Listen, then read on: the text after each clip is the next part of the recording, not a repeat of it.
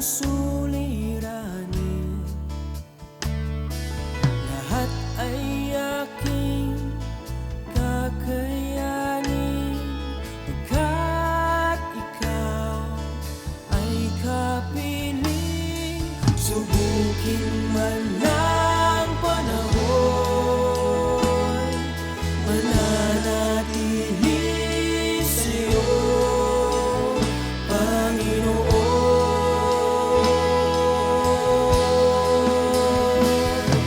Walang alinlangang maglilingkod, walang pangambang sa'yo ay susunod.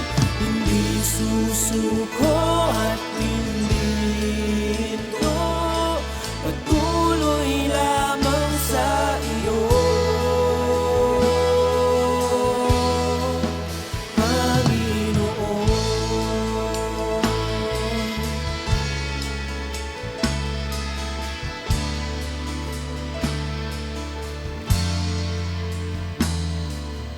Ikaw ang aking paglilingkuran, kahit saan dalhin. Ikaw ay lagi kung susundin, anuman ang suliranin, lahat ay aking kakayanin, pagkat ikaw ay kapiling. Subukin man ng panahon, mananatili sa'yo, Panginoon.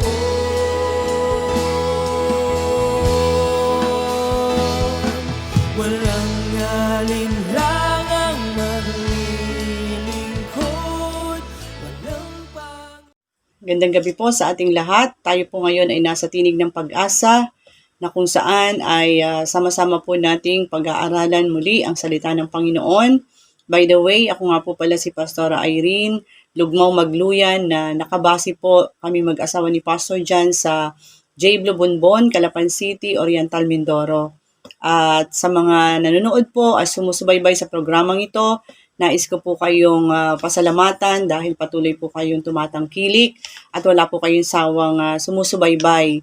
At ang mga salita ng Diyos po ay atin pong naririnig, napapanood sa programang ito. Kaya sama-sama po tayong mag-aral ng salita ng Panginoon. At tayo po ay nasa ano pa rin po tayo, Leviticus. Na po ito po ang ating theme verse for this month of November. Ang sabi po ng Leviticus 6 verse 12 to 13, "The fire that was started on the altar must never be allowed to stop burning. Every morning the priest must put wood on the altar. They must arrange the burnt offerings on the wood, and they must burn the fat of the fellowship offerings on it." Verse 13, "The fire must always be kept burning on the altar. It must never be allowed to stop burning." So, purihin po ang Panginoon sa pagkakabasa ng kanyang buhay at banal na salita sa gabing ito. Tayo muna po ay manalangin. Father, in the name of Jesus and by the power of your Holy Spirit, patuloy po kaming dumudulog sa iyo sa gabing ito. Lord, patuloy ka naming itinataas sa aming mga buhay at kung ano man po ang nakikita mong pagkukulang namin sa iyo, forgive us, O God, and cleanse us by your blood and make us holy and acceptable before thee, Lord Jesus. Hayaan mo, Panginoon, na walang maging hadlang para hindi po namin maunawaan ang iyong mensahe sa gabing ito. Lord, ako po ay humihingi ng karunungan sa iyo sapagkat apart from you, I can't do nothing. Salamat, Panginoon, for the spirit of wisdom, knowledge, understanding na nagmumula sa iyo. Lord, salamat for the seven Spirit of God manifested upon me at maging sa iyong mga anak na, Lord, nakikinig at sumusubaybay sa programang ito. We love you, Jesus. We exalt your wonderful name. In Jesus' name, Amen and Amen. Sa muli po, magandang gabi sa bawat isa. Sige po, magpatuloy po tayo sa ating pong pag-aaral ng salita ng Panginoon. So, sabi nga po dito, yung apoy na atin pong sinimulan, sa ating altar, hindi dapat po ito nating hayaan na mahinto. Ano po ang paglalagablab nito? So, ano nga po ba yung sinasabi ditong fire? Sabi po, fire stands for love. Ano po? At ang sabi po doon sa altar, altar means our hearts. Ano po? Ang ating pong mga puso. So, ayaw po ng Panginoon na mahinto or mawala yung ating pag-aalab sa ating pagmamahal sa Kanya. Ang nais ng Panginoon na patuloy po nating, sabi nga, sa umaga pa lang, sa umaga pa lang, kailangan kong yung priest, pumupunta talaga siya doon sa altar para, sabi nga, magdala ng mga wood, ng mga kahoy na yon para gatungan yung altar at hindi mamatay ang ningas nito. So, spiritually speaking po sa ating mga buhay, ang nais po ng Panginoon, umaga pa lang, pagising pa lang natin sa umaga, tayo po ay makitaan na ng Lord, ng pananabik na tayo po ay maghandog sa Kanya ng mga papuri na awitin, tayo po ay dumako sa Kanyang presensya sa pamamagitan ng panalangin, pagbabasa ng salita ng Diyos. So ito po yung mga paraan para tayo ay ma-empower ng banal na spirito, para po tayo manatiling matatag sa Kanyang harapan, manatiling nag-aalab po ang ating puso sa ating Panginoon para hindi po tayo manlamig.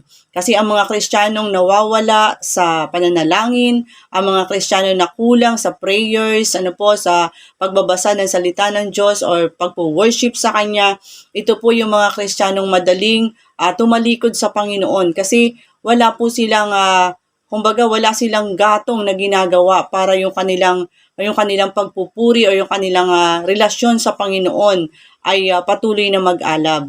Kaya bilang mga lingkod po ng Panginoon or bilang mga nakakilala sa Diyos, kailangan po ay meron tayong ginagawa, para po yung hindi tayo mawala sa presensya ng ating Diyos.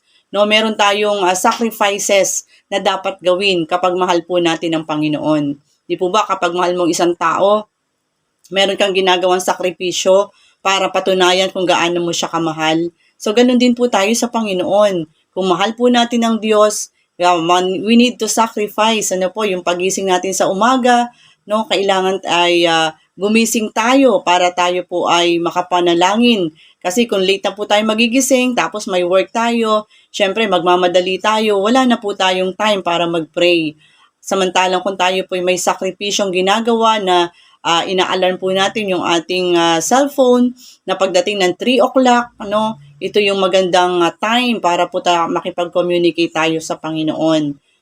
So, kailangan talaga po ay patunayan natin sa Panginoon na ganun natin siya kamahal, na kaya nating mag-sacrifice, na kaya nating yung ating altar, yung ating fire, yung ating pagmamahal sa Panginoon ay kaya nating pag-alabin.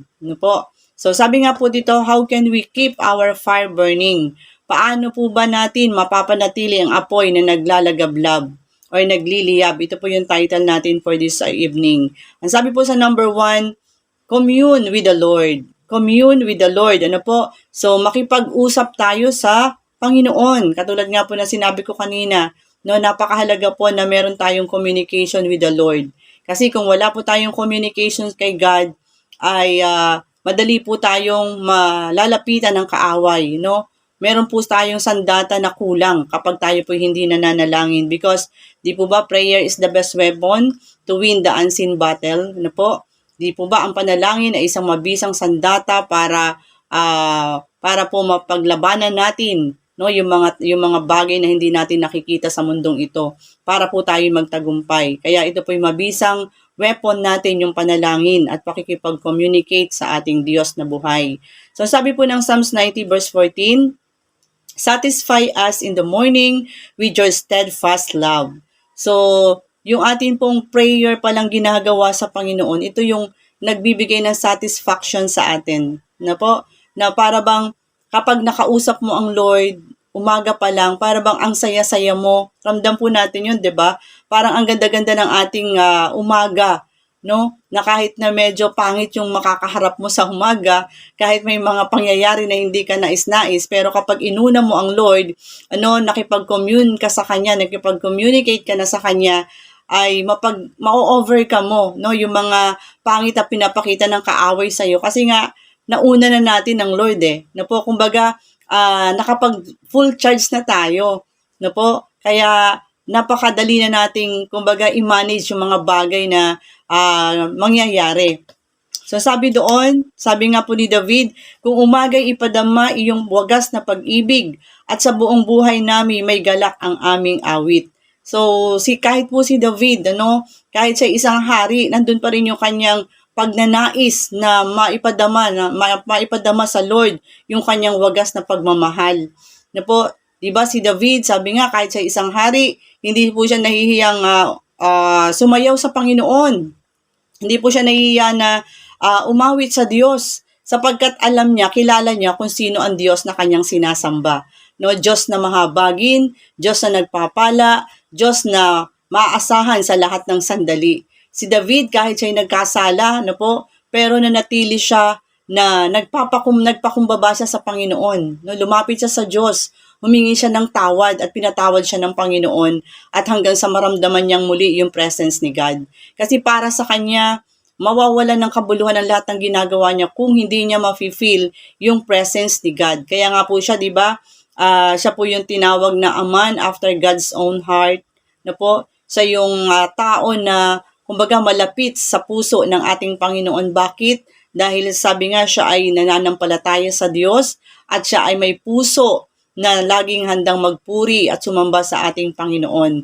Kaya po siya ay malapit sa puso ng ating Diyos na buhay. Sabi nga po doon, starting your day with God. Simulan daw po natin ang ating araw sa Panginoon.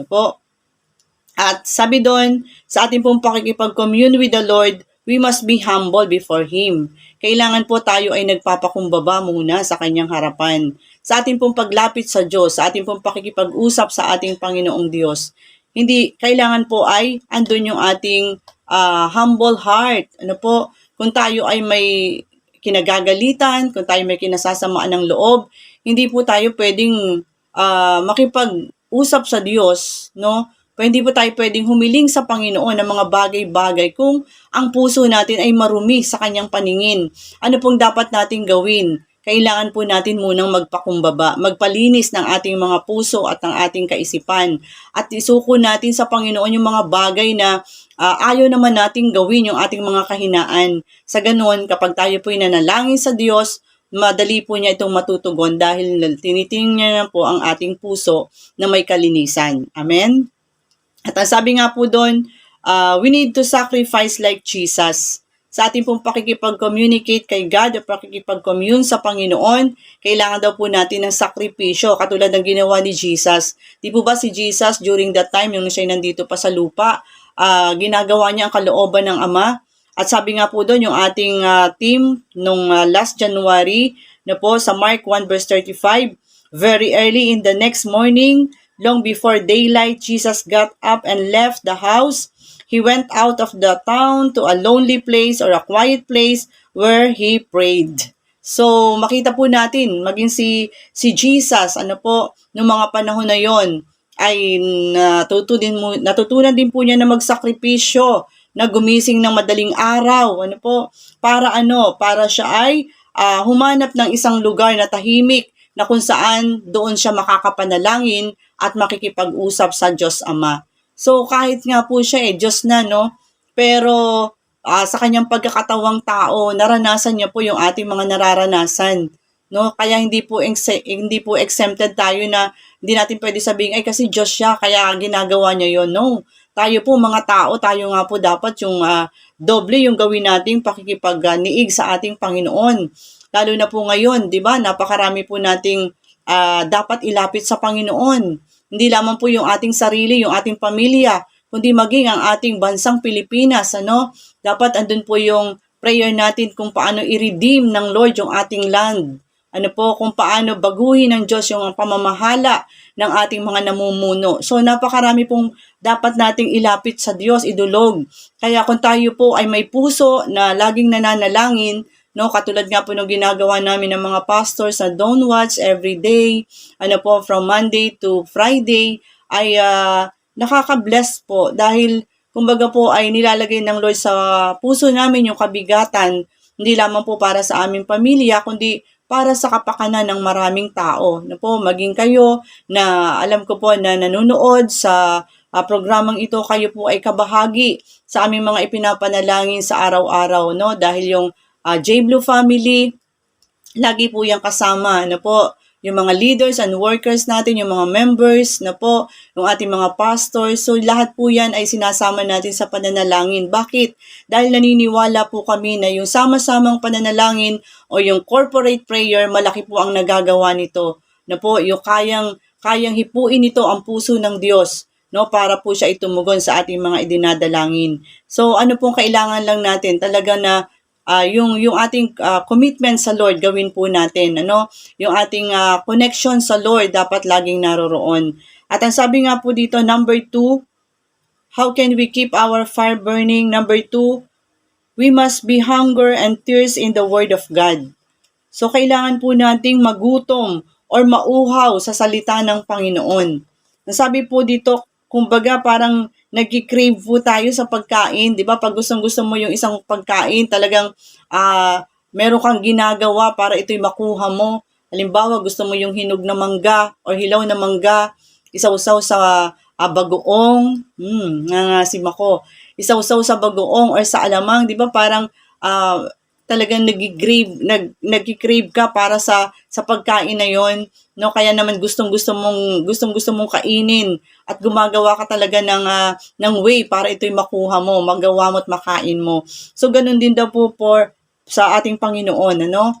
Kung talagang gusto mo na mabasa yung salita ng Panginoon, dapat andun yung iyong yung pagnanais mo, no, yung determination mo na ikaw ay makapag-aral ng salita ng Diyos sapagkat ito'y napakahalaga sa ating buhay. Sabi nga dito, hunger leads us to uproot our sin by the power of the Holy Spirit and become more like Jesus.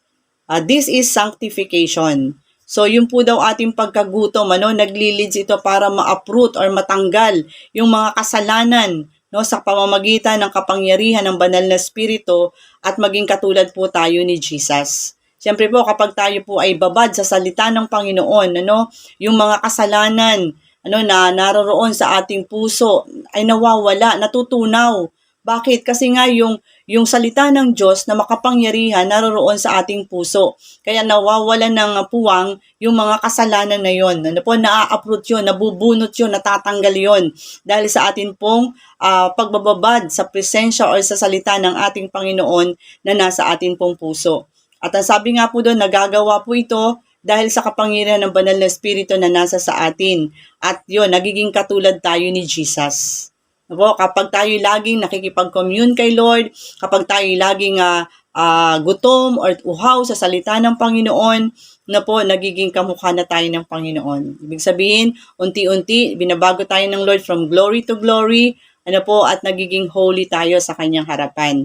So, sabi nga po, ito isa daw paglilinis, yung salita ng Diyos na atin pong laging binabasa, laging pong pinag-aaralan at sinasapuso, ito po yung naglilinis sa ating buhay. Sabi ng 1 Peter 2 verse 2, like newborn babies, hungry for milk, you should want the pure teaching that feeds your spirit. So, maging katulad din daw po tayo ng mga bagong silang ng mga bata. Di ba sila, pagka pinanganak halimbawa sa hospitals, nalinis na ng mga nurses, o ng mga midwives, ay sabi pa nga po doon, gutom sila sa milk ng kanyang mami. Talagang naghahanap sila, umiiyak sila dahil nagugutom sila o nauuhaw sila sa gatas ng kanilang ina. So maging ganun din daw po tayo, Maging uhaw din daw po tayo na makapakinig ng mga purong salita or katuruan ng Panginoon na magbibigay, mag-feed sa ating espiritu, magpapakain sa ating espiritu. So, ang sabi rin po dito sa Matthew 5 verse 6, sa NIV, sabi po dito, blessed are those who hunger and thirst for righteousness, for they will be filled. So pinagpala ang mga may matinding hangarin na sumunod sa kalooban ng Diyos, sapagkat sila'y bibigyang kasiyahan ng ating Diyos na buhay. Amen. So pinagpala, ang tawag daw po pala doon sa mga tao na may matinding hangarin na sumunod, sa kalooban ng Diyos, sila po yung mga pinagpala. Kaya tayo po na naghahangad na masunod natin yung perfect will ni God, na po tayo po yung mga blessed sa harapan ng Lord. Tayo po yung mga pinagpalang mga lingkod niya. Kaya wag po nating basta maliliitin lang or magiging maliit sa ating paningin yung ating sarili kasi tayo po pala ay mapalad. Lalo na po tayong mga sumusunod sa Panginoon sa kalooban niya. Na kahit anong mangyari, hindi tayo tumitigil, hindi tayo humihinto sa ating paglilingkod sa Panginoon, kundi tayo nananatili. Tayo po ay lagi nating tatandaan. Yung ating identity dapat alam natin sa harapan ng Panginoon. We are the children of God. We are the people of God. And we are blessed. Tayo po ay pinagpala. Kaya sabi rin po dito sa Psalms 63 verse 1, You, God, are my God. Earnestly I seek you. I thirst for you. My whole being longs for you in a dry and parched land where there is no water. Amen? Sabi dun, O Diyos, Ikaw ang aking Diyos na lagi kong hinahanap. Ang uhaw kong kaluluwa'y tanging Ikaw nga ang hangad. Para akong tuyong lupa na tubig ang siyang lunas. So, ganun pala po tayo, kapag tayo po ay nasa Panginoon, talagang naglolong po tayo, Naglolong tayo sa pagmamahal ng ating Diyos. Mayroon tayong hinahanap, yung ating kaluluwa, mayroon pong hinahanap. Kasi nga, parang kulang kapag tayo po ay hindi nakapagbasa ng salita ng Diyos. Pansinin niyo po, pag halimbawa, lumipas ang maghapon, wala kayong reading the Word of God, wala kayong Word of God na ipasok sa inyong espiritu, Kasi ang Word of God, ito po ay pagkain ng ating espiritu. So kung tayo po ay hindi kumakain, pansinin niyo po, kapag halimbawa yung ating physical na katawan, gutom na gutom, pero hindi niyo pinakain, ano po mangyayari? Di po ba, sumasakit yung tiyan mo, may mga something kang nararamdaman sa loob ng iyong katawan, nahihilo ka, yun. Kasi nga, gutom ka pero hindi mo ginawa, wala kang action na ginawa. So, ganun din po sa ating spiritual life. Kapag yung ating spirito nagnanais na, kumbaga, nag-crave siya ng salita ng Diyos, tapos wala ka namang ginawang action, hindi ka nagbasa ng salita ng Diyos, pinalipas mo maghapon, inuna mo yung work mo, inuna mo yung iyong mga gawaing bahay, para pong kulang, parang nanghihina ka. Kasi nga, hindi mo pinakain yung spirito. Kaya lumiliit, lumiliit yung ating spirit kapag gano'n, nagiging malnourished, So, kailangan, sabi doon, maging parang tuyong lupa na kapag po, di ba, ang tuyong lupa, yan ay nagka-crack.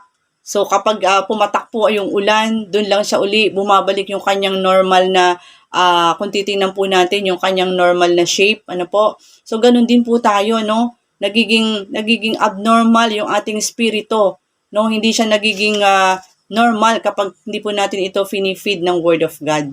So, gawin po natin ito, sabi nga dito, there is a spiritual hunger in the world today. It cannot be satisfied by better cars on or longer credit. Yan. Sa atin daw pong, ang atin po daw spiritual na buhay, ito po ay, sabi nga ay nagugutom. At sa panahong ito, sa ating pong mundo, marami po talagang, sabi nga dito ay problema, at hindi lamang ito yung mga car, katulad yan, yung mga bagong sasakyan, hindi po yan nakakapag-satisfy sa atin Kahit pa sabihin na pwede kang mag-loan ng magagandang car, yung mga usong car ngayon, para po bang, yes, gusto mo, yes, okay yun, kailangan natin yun. Pero alam niyo po ba, pag once na nakuha mo na yun, nabili mo na yun, naging sayo na yun, parang hindi ka pa rin satisfied. Meron pa rin hinahanap yung spirit mo, Kasi ibig sabihin, hindi yung mga material na bagay ang magpapasatisfied sa atin, kundi yung salita talaga ng Diyos na nagbibigay ng buhay sa atin po. Amen? Kaya, kailangan po natin, na patuloy po tayong mag-seek sa salita ng ating Panginoon. So, ano po sabi dito sa number 3? Focus on eternity. Yan. Mag-focus daw po tayo, ituon daw po natin yung ating pansin sa mga bagay na walang hanggan, pang walang hanggan. Para po yung ating, sabi nga doon, ay mapanatili natin na nag-aapoy at naglalagablab ang ating pagmamahal sa Diyos. Sabi po doon, we must be focused on eternity, no? Sabi ng 2 Corinthians 4 verse 18, so we do not focus on what is seen, but on what is unseen. For what is seen is temporary, but what is unseen is eternal. So, hindi po tayo dapat nakatuon dun sa mga kung ano yung ating nakikita. Na po, o kung ano yung ating hindi nakikita, yun po dapat ang ating pagtuunan, no, ng pansin. Kasi yung mga bagay na nakikita natin, temporary lang po yan no? Pero yung mga hindi nakikita, yun po yung eternal. At yun po dapat ang ating, dun po tayo mag-focus sa mga panahong ito. No, wag po doon sa mga material na bagay. Kasi ang mundo, marami po talaga silang ginagawa para maakit or makuha ang atensyon ng isang Kristiyano, lalo na po sa panahong ito.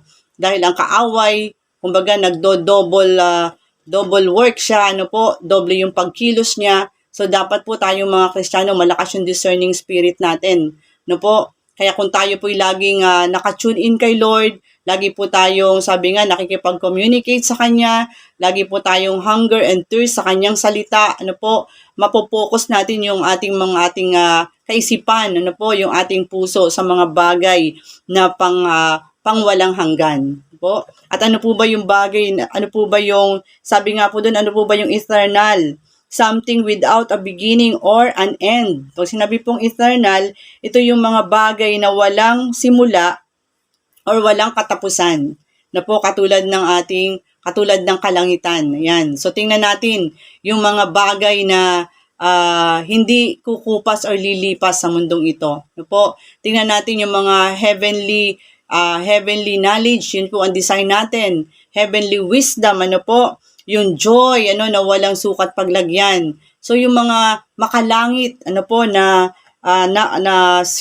sabi nga po doon, ay yun ang ating i-desire, Yun ang ating pagpokusan ng ating atensyon sapagkat ito po ang kalooban ng ating Panginoon. Para hindi po tayo manghina, hindi mawala yung fire na ating nararanasan at nararamdaman para sa Panginoon, magkaroon po tayo ng inspirasyon na yung ating pong pag-stay dito sa mundo, ito ay pansamantala lamang. Temporary lamang ito. Kasi meron po talaga tayong lugar na patutunguhan at walang iba kundi ito po yung langit. Na ipinangako sa atin ng Panginoon, yung buhay na walang hanggan para doon sa mga taong nagtitiwala at madadatnan niya na tapat na sumusunod at naglilingkod sa Kanya. Amen? So, sabi po dito sa 1 Corinthians 15 verse 58, therefore, my beloved brethren, be ye steadfast, unmovable, always abounding in the work of the Lord, for as much as ye know that your labor is not in vain in the Lord. Amen? Kaya nga, sabi doon, mga minamahal kong kapatid, magpakatatag kayo at huwag matitinag, sa maging masipag kayo palagi sa paglilingkod sa Panginoon. Dahil alam ninyong hindi masasayang ang inyong pagpapagal para sa Kanya. Amen? So, ito po ay encouragement sa atin ni Paul, sa mga, at maging sa mga taga-Korinto. Sa mga taga-Korinto, sinabi niya ito na kailangan ay maging magpakatatag. Huwag matitinag. Kahit sabi nga doon, ay maraming mga pagsubok, maraming mga problema na nararanasan. Sabi doon, magpakasipag kayo palagi sa paglilingkod sa ating Panginoon. Dahil sabi nga, alam natin na hindi ito masasayang, hindi ito mawawala ng kabuluhan. Lahat ng ating pong ginagawa sa Panginoon, ito po ay hindi mawawala ng kabuluhan sa Kanyang paningin. Kaya tayo pong mga anak ng Diyos, tayo pong mga sumusunod sa Panginoon, wag po tayong manghihinawa na patuloy na tuparin ang mandato na iniatang sa atin ng ating minamahal ni Bishop, at tayo po ay pinagkatiwalaan ng ating reverend na halimbawa meron kang Bible study na hinahawakan, gawin mo yon ng buong puso, at hindi napipilitan, hindi dahil gusto mo lang ma-please si pastor or gusto mo lang ma-please kung yung iyong leader. No, ang gawin mong inspirasyon ay si Lord. Ginagawa mo ito dahil gusto mong ma-please ang Lord sa buhay mo. Ginagawa mo yon dahil gusto mong mapaluguran at mapasalamatan ang Diyos, no, sa iyong buhay. So, kung ano yung bagay na ibinigay sa atin, kung ano yung ministry na meron ka ngayon, pagyamanin mo yan, kapatid, no? At ibibless ka ng Lord sa gawain na yan na iniatang ibinigay at pinagkatiwala sa iyo. Di po ba? Sabi nga, mapagkakatiwalaan sa maliit ay mapagkakatiwalaan sa malaki. So, pakita natin, no, na tayo ay mapagkakatiwalaan. May nakatingin man o wala, no po, ma-please man tayo ng tao, hindi. Ang mahalaga, ang Diyos ay atin pong napapaluguran sa lahat ng ating ginagawa. Amen? At sabi nga po doon ay magpatuloy tayo, no, sa atin pong ginagawang paglilingkod sa Panginoon. So panatilihin lang po natin, ano, na tayo po ay nag-aapoy, ano, naglalagablab ang ating puso sa pagmamahal at paglilingkod sa Diyos. So ulitin ko po, ano po, sabi doon, number 1, commune with the Lord. Number 2 is we must be hunger and thirst in the Word of God. At ang last po ay we must be focused on eternity. Amen? So gawin lang po natin ang tatlong bagay na ito, no po? At I assure you, no po, sa pamamagitan ng ating pagtitiwala sa Diyos at walang humpay na pagtawag natin sa Kanya, mananatili po yung apoy na meron tayo sa ating pong inilagay sa ating puso ng ating Panginoon. Amen? Kaya salamat sa Diyos, ano po, sa mga salitang ito na atin pong narinig, ano po, ngayong gabi, na alam ko pong magiging dahilan para patuloy po tayong maglingkod at patuloy tayong sumunod sa pinapagawa sa atin ng Panginoon. Tayo po'y manalangin. Lord, salamat sa iyong mga salita na aming narinig sa gabing ito. Hayaan mo, O Diyos, na patuloy naming lakaran ang iyong mga salita, O God. Patuloy kami, Panginoong, maglagablab sa aming pagmamahal at pananampalataya sa iyo. Lord, hawakan mo lagi ang aming puso, O God, ang aming kaisipan. Lord, gawin namin ang kalooban mo at hindi ang mga bagay na hindi mo naisin. Ama, tulungan mo kami sa aming mga kahinaan. Ikaw ang aming maging kalakasan. Lord, sa ministeryo na pinagkatiwala mo sa amin, maging katiwa-tiwala kami, O Diyos. Andun na madatnan mo kami, Panginoon, na tapat na naglilingkod at sumusunod sa iyo at ginagawa, Lord, ang perfect will mo, O God. Salamat, Lord, sa mga may sakit karamdaman, O God. Ang dalangin ko, patuloy mo silang pagalingin, O God, right now in Jesus' name.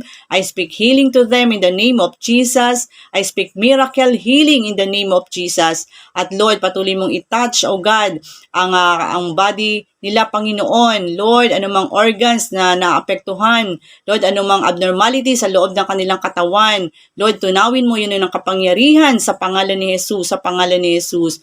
At Lord, hallelujah, let your healing flow, O God, sa kanilang buhay in the name of Jesus. Salamat po, Ama. By your stripes, they are healed, O God, as what you promised, Lord, in your words in 1 Peter 2:24. Sa mga latay mo, Lord, pinagaling mo na kami, O God. Lord, salamat sa mga namumroblema, Lord, sa kanilang asawa, sa kanilang mga anak, O God. Lord, sa kanilang hanap buhay, O God. Lord, hallelujah, nakikita mo, Panginoon, ang sitwasyon ng iyong mga anak. Kaya, Ama, dalangin ko, patuloy mo silang abutin sa oras na ito. Patuloy mo, Lord, hallelujah, patunayan kung gaano kakapangyarihan Diyos. Lord, kaya mong pagpalain ang bawat isa. Kaya mo, Lord, solusyonan ang problema na kanilang nararanasan. Lord, ang nais mo lamang, lagi sila makipag-commune sa iyo. Lagi sila, Panginoon, nakatune in sa iyo, O God, sa iyong mga salita. At patuloy silang magtiwala, Lord, sa iyong magagawa, Panginoon, sa iyong kapangyarihan. Ama, marami pong salamat. At Lord, patuloy mong pagpalain ang programang ito. At patuloy, Lord, na marami pang maabot, O God, na mga kaluluwa, Panginoon, na magtitiwala sa iyo, O Diyos. Salamat, salamat po, Panginoon. I-bless mo, Lord, hallelujah, ang mga tao behind this program, Panginoon, na walang sawa na sumusuporta, O God, na ginagawa ang kalooban mo, Panginoong Jesus. Marami pong salamat. We entrust everything unto you, Lord. Tanggapin mo ang pinakamataas na papuri, pagsamba, kaluwalhatian, karangalan, sa pangalan ni Jesus. Amen and amen. Muli po, magandang gabi sa bawat isa. At sa araw po ng